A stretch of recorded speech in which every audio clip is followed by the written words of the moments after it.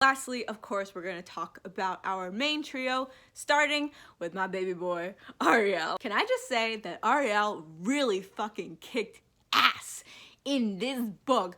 Like, my man was tiling roofs, he was gardening, he was playing with munchkins one moment, and then the next moment, he was fucking socking Jay in the face, and it was glorious. Arielle also just felt so much older in this book. He definitely felt like a little wiser and just like more mature in this book, and I know that that definitely can be attributed to all the bullshit he had to go through in book one, which I know definitely kind of pissed Talia off a little bit in some parts of just like how Arielle definitely felt like a changed person, because he has changed, but I loved it. I love that while Arielle can definitely still be stubborn at times, he's definitely grown out of a lot of like old bad habits, and he's kind of learned to like let go more, which I really love to see. It was also really interesting to see Arielle like trying to figure out how to navigate the Talia Jay situation, because obviously they have the added history of like them being exes and previously like romantically involved, so like there's that added like weight to the whole situation. But like I really felt for Arielle, because I too have had many friends who have dated not great people, just garbage people, and it can be really hard to talk to those people about said garbage person, because it's just it's very difficult, you know. It's I don't want to go into it. It's happened so many times that I don't want to talk about it. But I really do think that Arielle handled the Jay situation like the best that he could, because he really did try to be very respectful and keep his distance for Talia. But once it became very clear that Jay wasn't just like the annoying boyfriend or like anything, like, and realizing that like, oh no, he's like dangerous, like this man is dangerous, like Arielle was not afraid to step in, and I loved him for that. Like, I know it almost got him killed, but that was such like it's like such a proud moment. I was like, yes! I was like, you fucking go! Again, did it almost end with Arielle being murdered? Yes. However, the scene where Arielle confronts Jay and socks him in the face was just one of the most glorious things that I've read in a long time. Oh, it was so satisfying. I was like, is this how people feel when they watch like those like satisfying like compilations on YouTube? Because I was like, I get it, you know? I really get it. I don't know what you're talking about. Of course I'm not filming this on a separate day, because I ran out of time filming last week, and so I had to film today to get this video done. No, of course not. Why would you ever think such a thing? Because my hair is now completely different than it was in the last clip? I don't know what you're talking about. Okay, so I did run out of time last week when I was filming this video, because I had to move back into my apartment at school. But now I'm back, so I'm gonna finish the video, and next up we are going to talk about Hazel. Y'all, can I just say that if book one was the book of Arielle going through it, book two is the book of Hazel and Talia going through it, because my babies, they were really going through it this book. There were so many moments where I felt so stressed and sad for Hazel. But first, before I get into the heavier stuff, I want to talk about some of the happier and lighter moments with Hazel in the book first. It was just so sweet to see how easily Hazel fit into Eos. I mean, I had no doubt that they would, just given like based off of their personality, but I really enjoyed seeing their interactions with Talia as they kind of got to know her, and then also Talia's family, the other knights of Eos, and particularly Esme. Their relationship is just so cute and wholesome. Like, they've just got that whole like young love thing going on, and it's such like a breath of fresh air in comparison to Arielle and Talia's like constant longing and agonizing over each other. Yeah, I really love them together. I really feel like they really bring out the best in each other. I also loved Hazel's interactions with Jupiter and Matic. They didn't really have that much, at least not to my memory. I mean, now it's been a bit since I read the book, but I don't believe they interacted with Indigo that much, like one-on-one. But I really liked how quickly they befriended Jupiter and Matic. Those are really sweet interactions. I love those. And then comes Jay with all of his fucking bullshit. I wanted to beat the shit out of Jay for all the emotional distress and turmoil he put Hazel through in this book. I swear to God, if we see Jay in book 3, like I think we will, it's on site. It is on site. Someone's gotta make him pay for what he did to Hazel. For Talia and Harmony too, but especially what he did to Hazel, because, oh, he hurt my child. He hurt my precious child. Oh my gosh, it made my heart ache so much when Hazel was like blaming themselves for like Arielle almost dying. I was like, no, I know. My poor sweet child, it's not your fault. It's not your fault. I was just, oh my God. That moment, that just broke my heart. Absolutely shattered my heart. And on top of all that bullshit, now Hazel's like also like, you know, finding out all this stuff about like their past like self and all the bullshit that Hyacinth did and how she kind of sort of, you know, started the whole nightmare crisis. Like, my child cannot catch a break. This poor child cannot catch a break. Oh my God. Also, can I just say, this woman Hyacinth, she's being cryptic as hell, because it's just like, she was being so vague and like not like giving Hazel like straight answers when they would ask her like very specific questions about shit. And she's like, I don't really like her. I think she's kind of annoying, low-key, just in the sense that like, you know, here you are because, you know, supposedly you're like trying to fix the mess that you caused with the whole nightmare crisis, and yet you're not like giving Hazel, like the person who is, you know, probably going to be the one who's going to be able to resolve the nightmare crisis, like a direct, like, I guess, direct, like, instructions for, like, how to do that. Like, why are you playing games? Why are you playing games? Like, like, please, just give Hazel straight answers when they're asking you questions. Like, is it that hard? Like, oh my God, sorry. That was just a little thing that irked me. But anyway, going back to Hazel, I'm glad that at the very least, despite all of the shit that they had to, like, take on with this book, because they had to deal with so much bullshit in this book, I'm really glad that Hazel had a good support system to fall back on. And I really loved the moments where, like, Arielle and Talia kind of, like, sat Hazel down and, like, gave them a talk and was like, it's okay. Everything's gonna be okay. It's like, we are here for you. It's like, you can lean on us. You can rely on us. And those are just such, like, sweet moments because, like, obviously, you know, Arielle and Talia were kind of dealing with their own little beef, like, at least in the beginning of the book. And so those moments when they were able to, like, really come together and, like, be that support system for Hazel was really sweet, especially since they're, like, away from their home and their family and, like, their friends and all that stuff. So obviously this has been very difficult for them. Everything's kind of been a lot. I loved the letter that Chai and Crimson sent to Hazel that Clover brought back.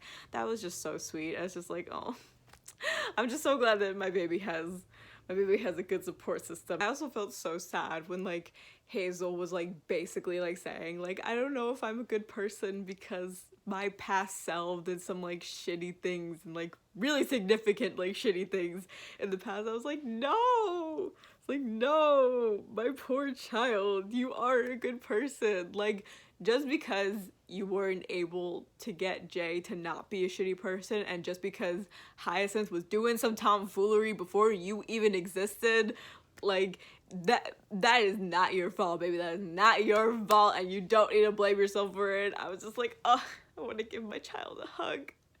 Someone give the child a hug, please. I'm glad that by the end of the book, though, that Hazel at least appears to be in a better place mentally, although I'm not gonna lie to y'all, I'm a little skeptical as to, like, how long it's gonna last, because, you know, between Hyacinth and the pole, they just be kind of, like, dropping into Hazel's mind whenever they're like, oh, you wanted to sleep? It's like, you thought you were gonna get some sleep? No, hi, here I am.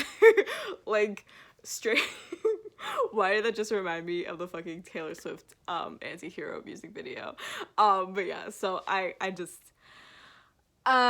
what I'm just trying to say is that I have this bad feeling that as like Hazel and Talia and Arielle go into like the subconscious forest and they try to like approach the pole, I'm a little concerned that Hazel's like visions are going to get worse, because they're already kind of, you know, things are getting a little crazy and they're not even in the forest yet. So I'm like, you know, just a little nervous about that. And I know that like at the end of like, you know, book 2, you know, Hazel feels good about like their plan to be like, oh, if we just give the pendant back to the pole, everything will be good. But like, you know, we have a whole book left. There's a whole book left to go, so call me crazy, but I don't think that things are going to go super smoothly. Who would have thunk it? Okay, last but certainly not least for our trio, we are going to talk about Talia. First of all, me and Almana, we're gonna have to fight. We are gonna have to fight because what? What the fuck? What the fuck?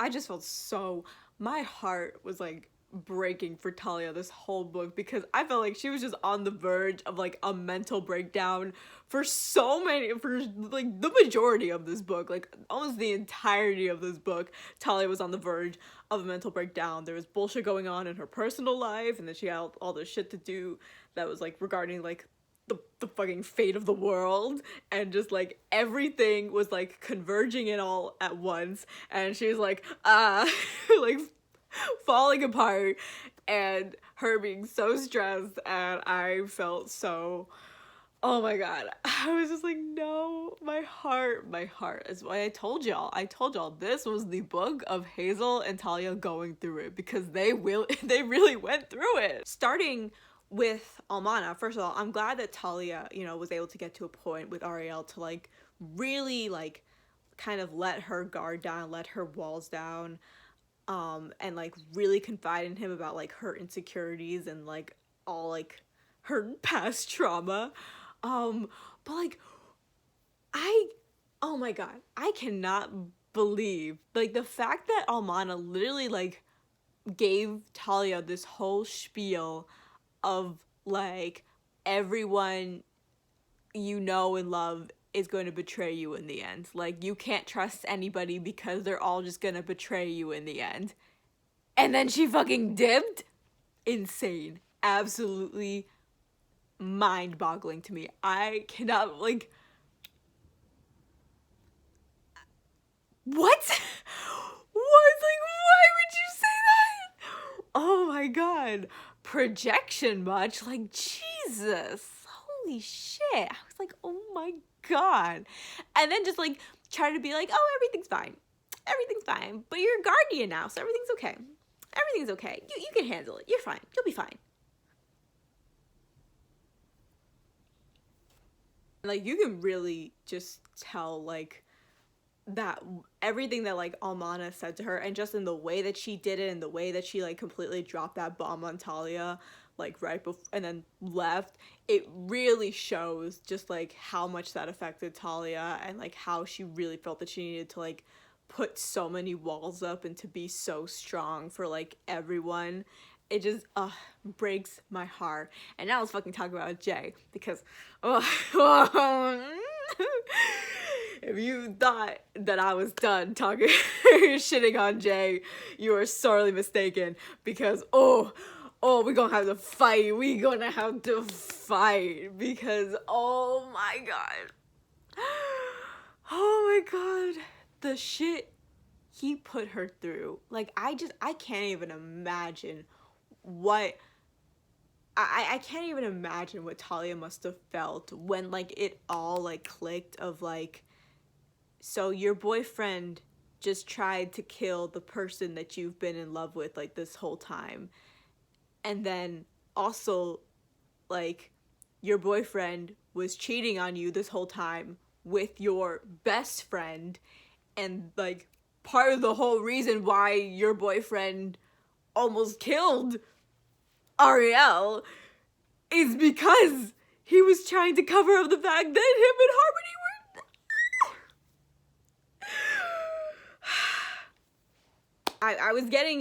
I was concerned at some point throughout the book that like I was a little afraid that she was just gonna be like, you know, just trying to defend Jay because like that's her boyfriend and feeling like that's like what she needed to do. Like it's very like she even says it, like she in the book that she felt a certain sense of like obligation to him, like that she needed to fulfill because he was there for her when Almana abandoned her, well them, but like specifically in that moment her. And I was just a little concerned that, you know, that was just gonna carry over like a lot throughout the book. So I'm glad that the rose tinted glasses came off, even if it was a very rude awakening, because it's just like, you know, Talia, she's such a strong character, she's such a strong person, and she has so many incredible qualities. Like she's so kind and compassionate to everyone, and so it's really nice to see that she's finally, you know, approaching herself with that same like kindness and compassion, because she deserves it. It's like she's had to do so much at such a young age. She's had to put up with so much at such a young age, and it's crazy. So I'm glad that she's finally, you know, like kind of taking a stand for herself, which has just been really great to see. And lastly, in regards to her character, I'm glad that her and Arielle are taking things slow with them kind of like, you know, rekindling their romance. You'll notice that I haven't really talked very much throughout this like review, and then also like in my review of the first book, I haven't really talked very much about the Arielle Talia relationship, and that's mainly because one, I like the relationship, don't get me wrong, but I wouldn't consider myself the biggest like shipper of that relationship personally. Don't don't come for me, please. But also just because like I don't want this to be like the main focus of either of their characters, because I feel like, you know, both Arielle and Talia, like they're their own people outside of the relationship. That's a big part of it. But I am really glad that they're kind of like taking things slow, because I was a little worried, like, you know, like about Talia jumping in to like, even though like obviously Arielle is a much better, is so much better suited for her than Jay ever could have hoped to have been. Like I was a little concerned about her jumping straight into like another relationship, but I'm glad that they're taking things slow, and they've had some really sweet moments. And it's cute, and they're just being cute right now, and I like it, so I approve.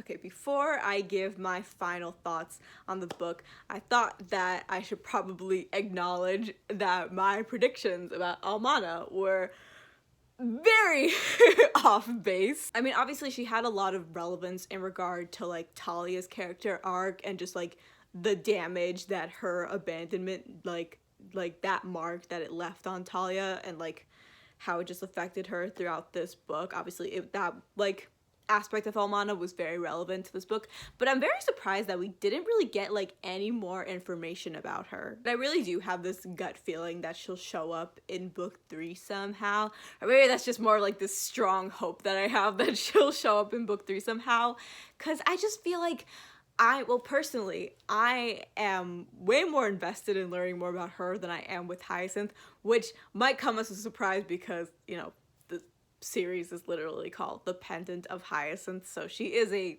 focal, like, point of this series. However, the thing about, like, Hyacinth is we only just have been introduced to this character, but with Almana, like, they've been talking about her since book 1, and so I feel like it's just, like, there's no way that you can just keep mentioning this woman, like bringing her up, like because she's kind of like this like mysterious figure, right? And then just have her like not show up or not like have any relevance in book 3, you know? So I feel like we'll probably get some more insight on her in book 3, or at least I hope so. I really do hope so. As for my overall thoughts on the book, I really liked it. I honestly think I liked it more than the first book, which is surprising because There's a lack of Anya content in this book, but I really did think that this book was a really good sequel. I was a little nervous because, you know, sequels, you know, sometimes get a bad rep, but I thought that this book was a really good sequel. Anyway, that is all I have for this review. Thank you guys so much for watching this video. Let me know down below in the comments of this video if you guys have any predictions for what you think is gonna happen in book 3, who your favorite characters are, or just anything Pendant of Hyacinth related. I'd love to chat about it in the comments down below. Once again, that is all I have for today's video. Thank you guys so much for watching. I upload Wednesdays and Fridays, except when I don't, and sometimes on Saturdays, and I will see you guys in my next video. Bye guys.